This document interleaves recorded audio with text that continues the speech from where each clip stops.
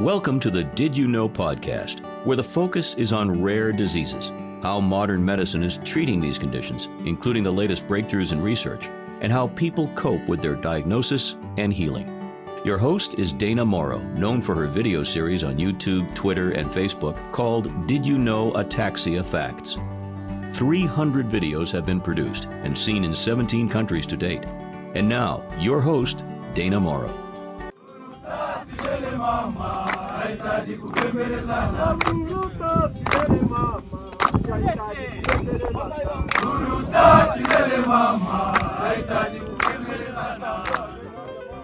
Hi, No Ataxia Nation. Welcome to this episode where we're going to talk to Mike Rosa about his most recent excursion. He went to Mount Kilimanjaro. But before we get into that, let me tell you a little bit about Mount Kilimanjaro. It's the highest mountain in Africa, located in Tanzania. It is a dormant volcano with 3 volcanic cones. Kilimanjaro is a popular destination for hikers and climbers with several routes that lead up to its summit. The mountain is known for its diverse ecosystem, including rainforest, alpine desert, and glaciers. The summit of Mount Kilimanjaro reaches an altitude of 5,895 meters, which is 19,341 feet. And the elevation gain during the climb is significant. So this is a pretty significant hike. And I want to bring Mike in now because I want Mike to explain to us how someone with ataxia can do such a challenging hike. Because it really it's a big physical demand. So Mike, I know you've done some challenges in the past, and a lot of what you do is very difficult. So I was hoping you could speak a little bit about how challenging it is for you with ataxia to do some of these things, and especially Mount Kilimanjaro. Well, hi, Dana. Thanks for having me. It's always a pleasure to be on Did You Know? So yes, everyone in the community with ataxia has their own unique challenges because we're all different, right? Right. And what I found over the years is that getting back out and hiking or backpacking with a weight on my back was the counterbalance to my imbalance. And so over the years, it's really made my gait and my walking stronger. But nonetheless, there are challenges, especially when we become fatigued. And at the end of each day, though not too tough, but tough enough where you're like, oh, I could take a nap. You definitely needed a little bit of rest. But where the fatigue really set in for me, with, I'm sure we'll get into it, other things that were ongoing, the fatigue really set in on the last day for me, and it was significant. Yeah, and I think that's important to disclose, right? Because it's not a breeze to do this. It's a real commitment. There's lots of training that goes into it. And I just wanted to highlight that for our listening audience, that it's really challenging, but nonetheless, you've actually met that challenge. So, Mike, I'm going to ask you, why did you pick Mount Kilimanjaro as your challenge for this particular fundraising event? It's something, Kilimanjaro is something that's been on my mind for a couple of decades now, because back in the 90s, in Special Forces, many of my training trips were to different countries on the continent, training different armies. Tanzania was always there in our sights, so to speak, next neighboring country or what have you, but we never actually got there. And because I was on a mountain team where we did a lot of climbing, technical climbing and hiking, we walked everywhere we went, essentially. it was always like, oh, we're here in Africa, we should do Kilimanjaro. But the cards never played out right. So it was, an afterthought, but still there.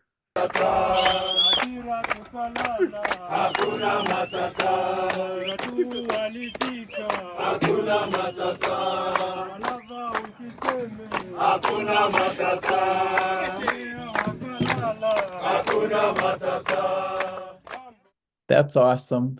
And it was like a twofer, right? As I call it, because you got to achieve a lifelong dream, but you also did it raising funds for Ataxia. So that's really great. Right. You went into this with a few challenges. You had some shoulder issues, right? What was going on with your shoulder So just I've prior to I've that? had shoulder issues since the 90s, but it was always something just gnawing away, but something I could always get through. And as we get older, things don't get better. They always get worse if you don't take care of them. And I've had three different operations in the shoulder. Um, but it was always like a bit, it was arthroscopic. So it's like a Band-Aid, knowing that down the road something else is going to have to happen. And I really needed to have this done before Kilimanjaro, but I was like, I gotta hold on this because training, it would interrupt training and everything would get pushed to the right. So we put the shoulder issues on hold. But while there, or actually before even getting there, I was sick Yeah. and thought that I could, you know, overcome that, see the docs, get some meds. So I flew to Kilimanjaro or to Tanzania, still being sick. Was sick while I was there, and sick when I came home. So, and then you're trying to persevere every single day, getting through each distance which were always different. Really? Yeah. Well, just stay right there. Stay right there. How about this one? Yeah, stay right there.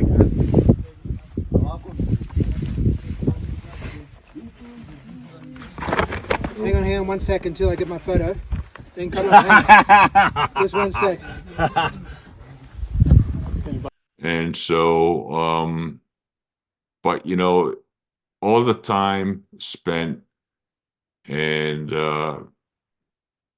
actively pursuing donations through numerous people and sponsorships. So it's like, this has to be a success. So So you through. had that mentality in your mind already.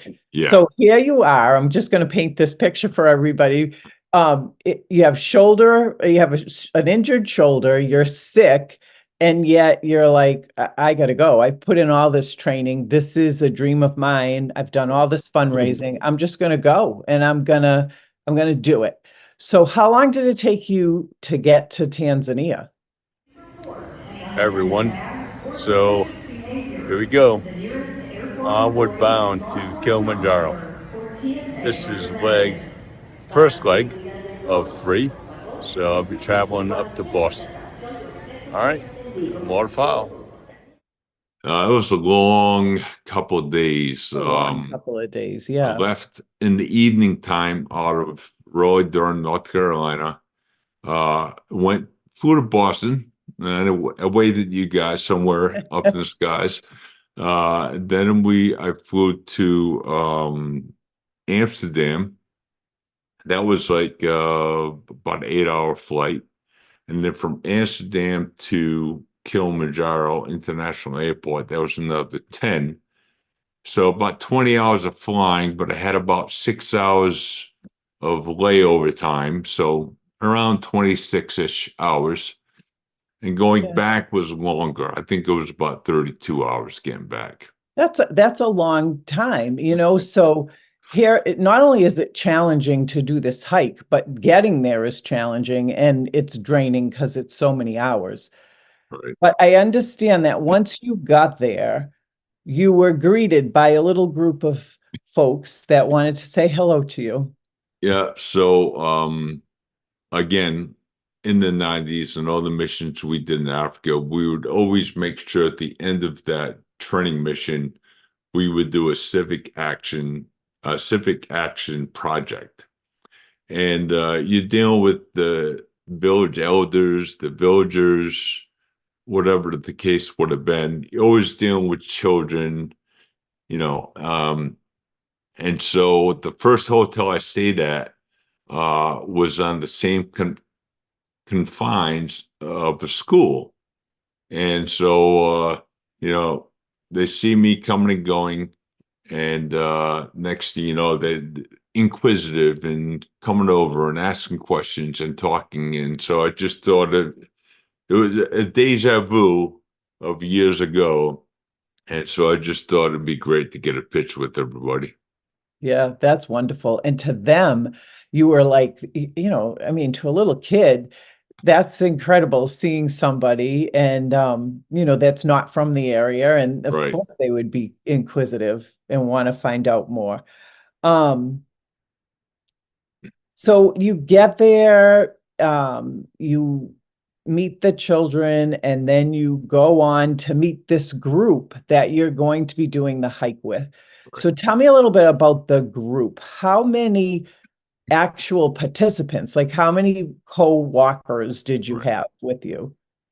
So we started out with 10 people. Okay.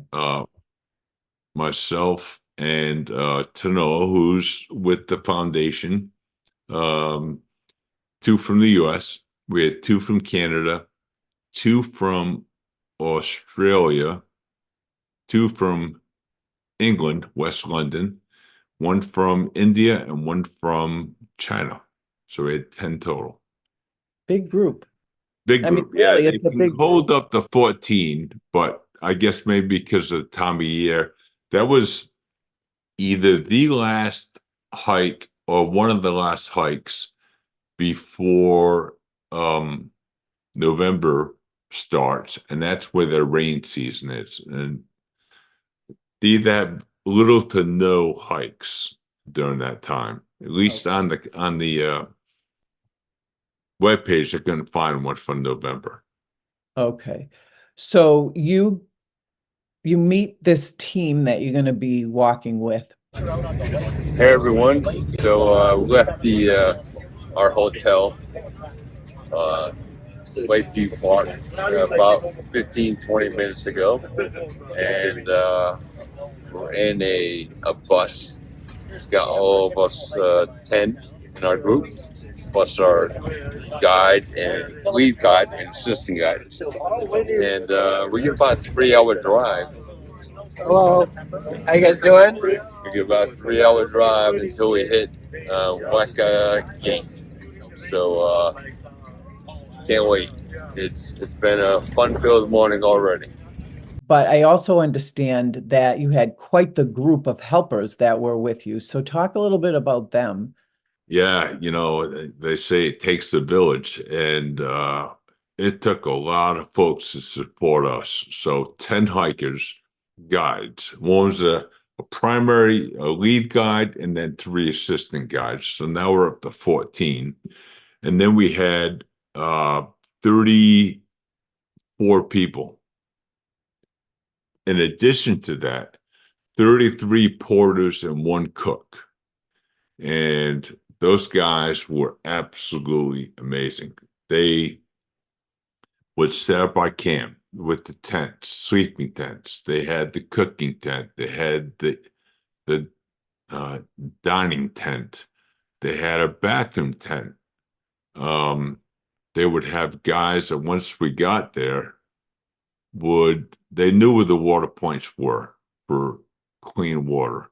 So they might have to hike 2, 3, or 4 kilometers one way to get that water after they just did the day's hike, and come back with their containers of water that would do all the cooking, that would refill our canteens or water bottles or bladders.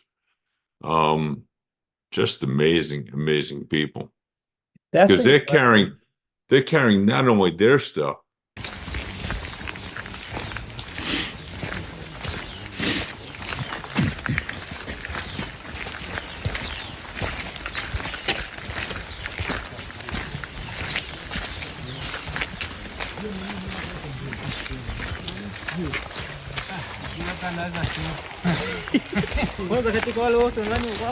our stuff, and then everything that's supporting all of us to get through the day and the hike. Yeah, that's just incredible when you think about it. It's a lot of people, like you said, that are contributing to this hike. And in my mind, and I'm sure other people were thinking this too, in my mind, I'm thinking you go and you meet a group of hikers that are going to hike with you, and then you just have a couple of guides and off you go. And so it's a misconception, I think, of how like simple it is. It's really more of a production and really well orchestrated. So, I'm wondering, like, what talk to me about like a typical day. So what would happen like when you got up in the morning and you're getting ready to go on your next leg of the hike? So they would come around the tents at 6:30 in the morning, wake us up.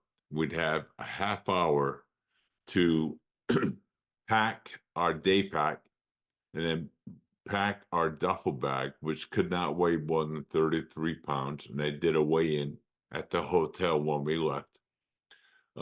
We placed that in a designated spot so it'd be out of the way and all collected. And we would have breakfast, and we'd get a daily briefing, which we got two briefings: a morning brief while we're having breakfast, and then one in the evening. They do a health check, which they had a little device they put on your finger, index finger, and it would check your heart rate, and it would check your blood oxygen levels Okay. to make sure that you were above 80 on the blood oxygen content. Oh, Mike, I'm going to stop you right there for a Sure. second. So if you, what's the significance of testing your oxygen? So as you ascend this mountain, there's a risk that your oxygen level would drop. Right. So if you were above 80, you were good. Okay. But if you were 75 to 79, you could continue, but they're going to keep a watchful eye on you. But if you were 74 and below, you would not be able to continue hiking, because the higher you get in elevation, right, the thinner the air and the harder it is to breathe. And What you just explained right there is really eye-opening for me. That, like, the higher you climb, the lower the oxygen, the oxygen is in the atmosphere. So you want to make sure that you're not at risk. And I think it's fantastic that they check for all those things. And I understand it's a liability. They almost have to do that. Yeah. But that wasn't even something I was considering when I thought about you going on that walk. So that was good information. So all right, so you get up in the morning, you pack your bag, you put it in a designated area, you get briefed, and then what happens? And then by 7:30, we are ready. It's like, all right, let's go. Everybody puts their gear on, and the lead guide for that day. I mean, even though we had one lead guide overall responsible, they would switch up the lead guide for each day to bring it from point to point. Okay. So like ducks in a row, we'd get behind the lead guide for that day, and we'd start walking and hiking, and maybe a half hour or so after we've already started walking, the porters, who are now have all their gear that they're going to carry from that camp we just left to the next camp, somebody in back will be like, porter to the rear. So we just kind of step aside and let those guys come through. And guys were unbelievable. I mean, they were just like right past us, And so by the time we get to camp, it's all set up, ready for you to relax, take a nap, have a snack, wait for lunch, wait for dinner. It was That's unbelievable. That really is. That and so I know you said it varies because you do different amounts of distance every day, but on average, how many hours a day were you actually hiking? I'd say because we had short days and long days, but on average, it would be, I'd say 5 to 6 hours, 5 to 7 hours. That's a quite a long Yeah. time. But I And mean, during that time, we are taking, we are making a few stops, taking some breaks, get some water, eat a granola bar or something high energy, right? yep. So it's and if you are a little gassed, we'll say, it gives you a chance to kind of recoup. Okay. Yeah, that's good. And Mike, for those that might not know, how many days does it take you to get to the top? So they have, I believe it's as little as 6 days to 9 days hiking. And so with everything that was put into this for it to be a success, reading into, the different hikes and different days, a 9-day hike would give the average person a 90, I think it was 94% success rate. Okay. So I was like, well, that's a no-brainer. We have to make sure this is a success. So we went for the 9 days. Okay. And I have a couple more questions about the hike and then I'm gonna backtrack a little bit. But like, so you did the 9 days. Of all those 9 days, did you have a few days that stood out to you as your most favorite days? Oh, wow. Well, obviously the summit day was the favorite day. Was the favorite day? But each of the other days was equal to the other because it's a whole new, journey, right? And then the higher you get, it's like the more you can see out in the plains. Yeah.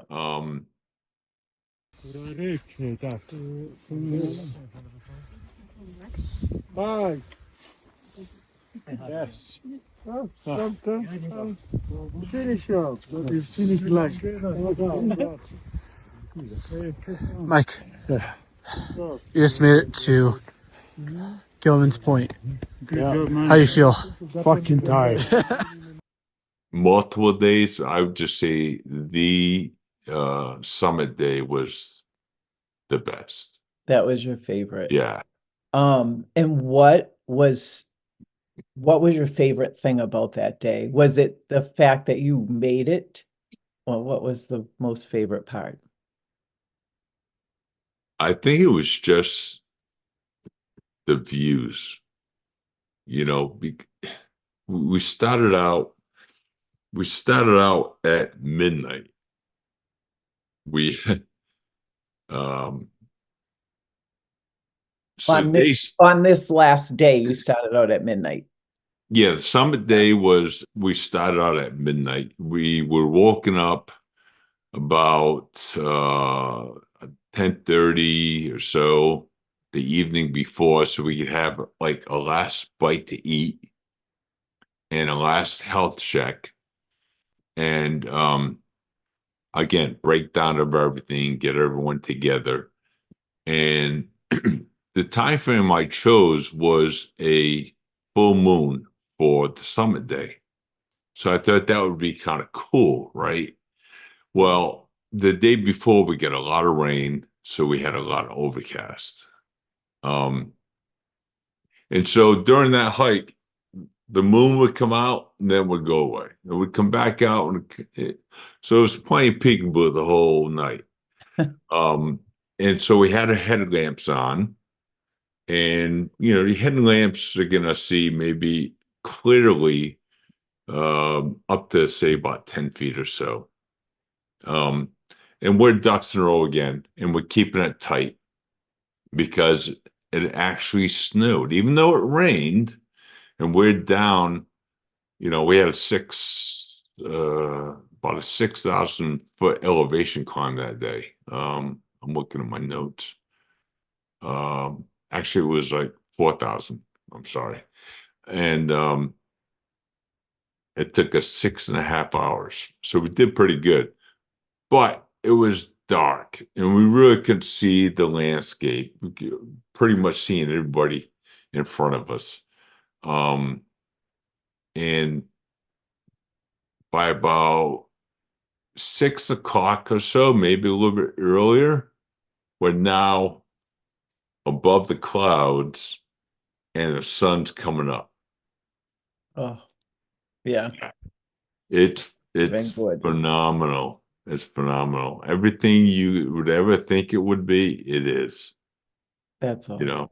And then we got to a point about, it was a rock outcrop, and we kind of just huddled in there because it was a bit windy. And one of the guides had some hot tea, so that was good. Get a little warm, refreshing in your body, and then we had about 30 minutes left to go to get to the top of Uhuru Peak. So now you're starting to see, all the snow. Instead of just climbing up this little trail, now it's all opened up, and you can start to see out down the sides of the mountain. It's all white, and icebergs that high up, right? Usually you hear about icebergs down in the water, but there were formations, ice formations, and they were really cool. If we had taken another route, we would have stopped at one of those as near a camp, and we could have actually climbed them. Oh, wow. Yeah. Oh, wow. Well, I know like earlier on, we mentioned Tanoa, who's from the foundation, and he was your partner in crime during this whole climb. And Tanoa, literally decided he wanted to go because he wanted to capture everything with his camera and video and really have a record of this historic climb, right? And so he's taking photos and encouraging you. How was it to have like a partner do this with you? No, it was great. Tanoa had called me up. We actually, I think we did a FaceTime, and he was like, "Would you mind if I joined you?" And I'm like, "Heck no, why not? This would be great. More the merrier." And it's like, I want to capture everything from day one to the end. And so, even though there are other people on the hike with us, and we all made friends with each other, and we talk. But even I met Tanoa back at the AAC last year, so over time we kept talking and getting to know each other more, and we talk about different hikes. And we actually ended up doing some hiking in Colorado together before Kilimanjaro. Here's Tanoa. Hello. Finally getting to Buffalo Camp. Buffalo Camp. I feel. It feels good. And then just on the other side over there, that's Kenya. Yep. Yeah. Yep. We're up in the clouds. So you can see the flatland. Somewhere out there, there's it shows it's Kenya and Tanzania. So what do you think about today? It was definitely, I love how every day is different. It wasn't that different of like a biosphere, but the terrain was different. It was up and down and up and down.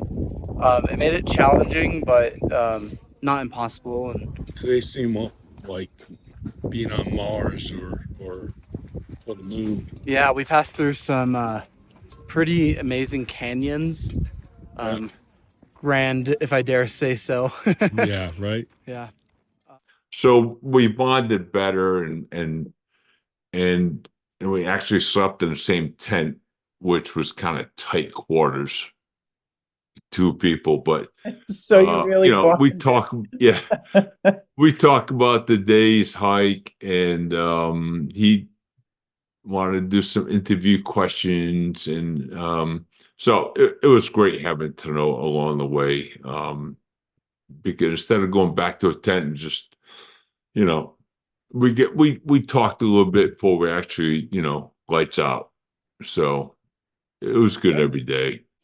All right, just so everybody can see, our accommodations were in a tent that most people are living in. One person is one other group, a father-son team, and then Tanoa and I, 2 people in this tent. Yeah. And I kind of thought it would be bigger. yeah, we are definitely using up almost every square inch or square centimeter over here of this tent. So, what do you think about the accommodation so far? I slept okay last night. And I think the tents look cool, at least. Yeah. It's pretty hard to get changed, and to take you have to take a wet wipe bath, and otherwise it's fine. But it's definitely not as big as my tent back home. I should have brought that one. Yeah, this is typical of what they call living in the bush. Yeah. It's great to have someone sharing that experience with you because it's so out of the normal. And so just to be able to process what you saw, and like I don't know, it's just so majestic. I would that's the word that comes to mind. So It is to very process majestic. that with someone else that's going through it is a great thing. I think you guys will be now bonded for life because stuff like that For sure. bonds people together. Yeah. And I know that Tanoa had a rough start where he had some of his supplies stolen, his cameras. And, I'm sure that was heartbreaking because he was going to use that to capture this moment. But I know that he ended up, being very resourceful and getting some more cameras so that he could. He did a phenomenal job. It's like, that was my mission. So he spent a lot of his time tracking down. He was on the internet trying to find places in Moshi and Arusha, and he came through. He found it. He found a camera. He ended up getting another lens as well. And the day that we left the hotel, he was talking with the guy he bought the camera from to meet us at our very first stop. I guess they got more gas and we got some snacks, and the guy met Tanoa and got him the other lens to the camera. So he was working through and through. What's the other thing that's great about that is, he's part of the National Ataxia Foundation. Their whole mission is to help families and people affected by ataxia. And so to me, this hike signified the almost the handshake, if you will, between the ataxia patient and the Ataxia Foundation. And so it just signified the support that the foundation gives someone who is struggling with ataxia. So I think that was really phenomenal. Yeah, we've done a lot together over the years, and this was the biggest campaign that we had put together. Biggest logistical campaign, I should say. Yeah. And it did well. It did well. Yeah. And, I'm happy for you too, because it was something that you had wanted to personally accomplish, and you did that. And so if I could just for a minute go back to when you reached the summit, can you put into words what that felt like for you? Well, I mean, obviously, like I said before, that just the landscape, the scenery, it's awe-inspiring. Because at any time during that, you might not meet the requirements and you can't finish. So to get up there, and even though we were cold at the very end, making it up to the top, you forget about your cold and you're just so excited. Everyone's hugging each other and we're getting a ton of pictures up top. So everything else, any pain, any exhaustion, any cold that you were feeling was out of mind. Jumbo. So, for all of us, very, very happy for this entire excursion of 9 days for hiking Kilimanjaro. And now Barack has said that you would not be here unless it was for us. But, each one of us getting to the top is a goal. We achieved that goal, but we could not achieve that unless each and every one of you are here. You carried all our stuff, made our food, you made our tents, made life very nice for us here. So for that, we say thank you. Thank you. And next time, Okay. Yeah. And I also understand that you left something at the top. Yeah. So in the military, challenge coins or commander's coins are very big. And so the Special Forces Association I belong to, Chapter 62, they made a significant donation. And they're like, hey, we want you to take this coin and bring it up to the top of Kilimanjaro. And I'm like, for sure. So I ended up drilling a hole in it and getting a nail so I could attach it to one of the poles. But before we did the summit, I wasn't sure customarily if you're allowed to do it. I'd see stickers, but I don't know if I could actually So I asked the guides, and they're like, oh, absolutely. So while we're taking pictures, one of the guides, his name was Tuma, she's like, Mike, when we have your coin, I'm gonna put it in the pool. And so he tapped away and put it in the pool, and the last I looked, it was still there. And when you go back, you can you can Hopefully, see it yeah. Hopefully nobody will like, oh, that's nice. and take it. No, I think they'll leave it because it's kind of I would say that it's a significant thing that everyone wants to probably leave something. You said you Sure. saw a lot of Yeah. stickers. So yeah, I think people respect that. And of course, we gave props to the National Ataxia Foundation, and Tanoa brought a flag, like a 3x5 flag. And so we asked the remainder of the group that made it to the top that they would help us and hold the flag and be a part of this. And they were absolutely. So, we got some pictures with the NAT flag at the top of the Uhuru Peak. It was pretty cool. That is pretty cool.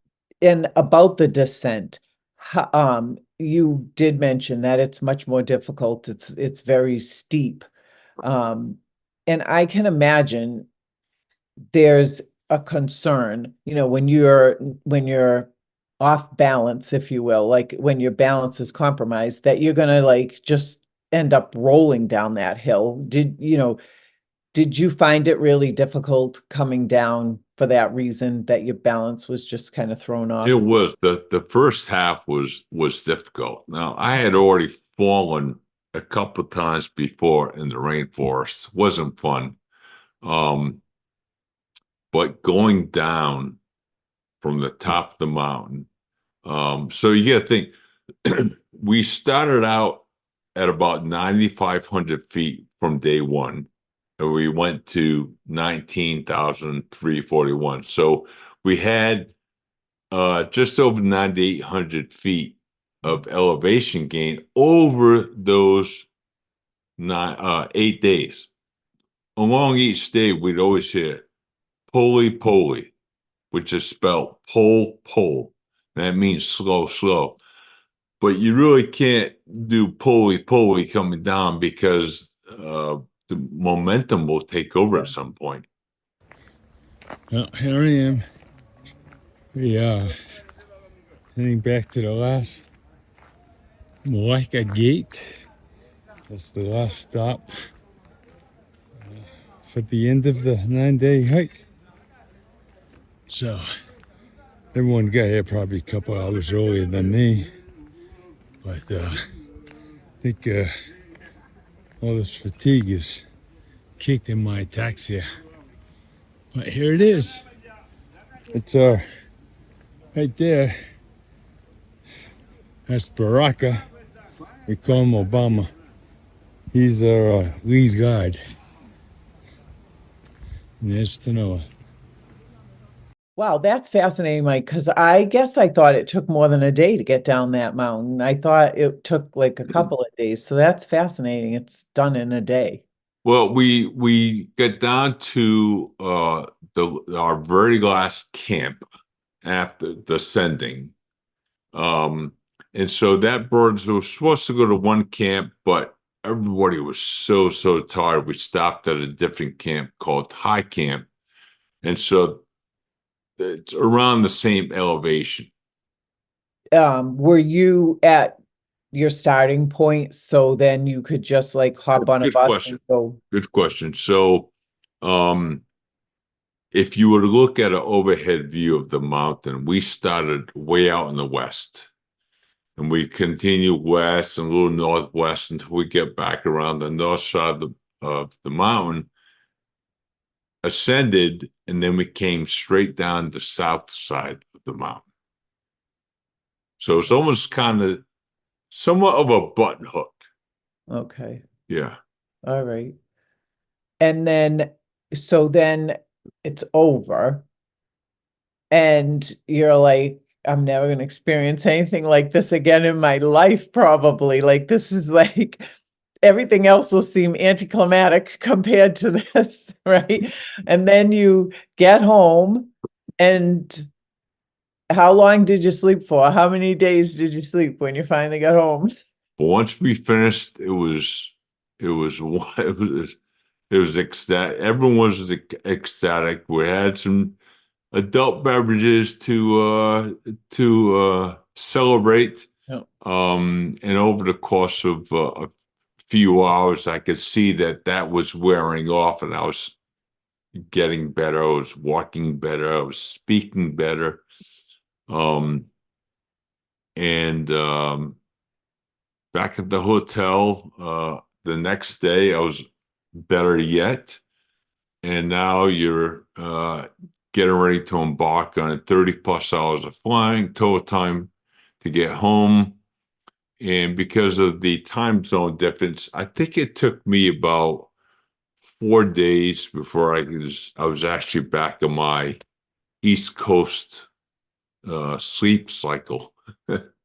That's quick, actually, because might take other people longer than that. Like, but I have heard, so for the future, I don't know if you know this little trick, but I have heard if, you're jet lag like that the best thing to do is take off your shoes and socks and go stand in the grass. It's supposed to reset your circadian rhythm and make you have less of jet lag. So you'll have to keep that in mind for next time. Yeah, next time for a big hike. Yeah. Well, Mike, I thank you for sharing your story. I loved hearing about this hike. I congratulate you. It's quite an accomplishment. And I know that it was a very successful fundraiser as well for the ataxia community. So it was a win-win all the way around, really was. And I'm happy that, you didn't get hurt, that you finished, and that you were able to check this off your bucket list. Well, thank you for all of that. And yes, the fundraiser, I think, raised about maybe $48,000. There was a second effort that was going on that raised, I think it was another 16 plus. So together we did pretty good.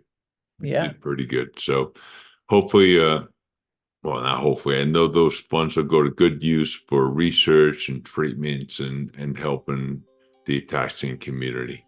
Yeah, absolutely. Thank you, Mike. Well, thank you, Dana. Have a great day. All right. All right. One team, One dream, one dream, one team, nonstop. to the top. There you go. To Hakuna the top. Matata. Hi. I just wanted to leave a little mental note at the end from my friend Mike Rosa. He had climbed Mount Kilimanjaro that you just got done watching. I've watched hundreds of hours of people that have climbed Mount Kilimanjaro, and it isn't bad the first maybe 7 days or so, but the altitude really gets to you. So, for instance, at sea level, oxygen level is around 20%. And then when he's hiking, it's roughly around 10 to 8%. So it's like breathing in a bag constantly. Not only that, he had a shoulder problem, which he's getting over a shoulder surgery, and he had this horrible cough. It just wouldn't quit after about a month. So you add all those together, and then the extreme cold, sleeping on the ground with a cough, not being able to breathe, which only makes you cough even more, and to wake up at midnight to start to climb up to the top is quite daunting. I find hard words to describe, but you really got to dig deep inside yourself to actually complete this at this point. And then we all forget that he's doing it also with a disability on top. So I guess there's two things to take away: that your mind can be stronger than your body sometimes. Just how deep that a person can dig inside to complete something, and nothing is. It's important to realize that how deep you gotta dig inside of yourself to push yourself through this, and all for one, for yourself to say that you completed it, and then for helping others with research. So I'm very proud of him. I think that it was quite an amazing journey that he had, and this will be the last mountain that he does climb, and he is not allowed to climb anything higher than 8 feet. So that's my own recommendation, and as long as we're friends, I will make sure that he's going to stick to it. But very proud of you, Mike.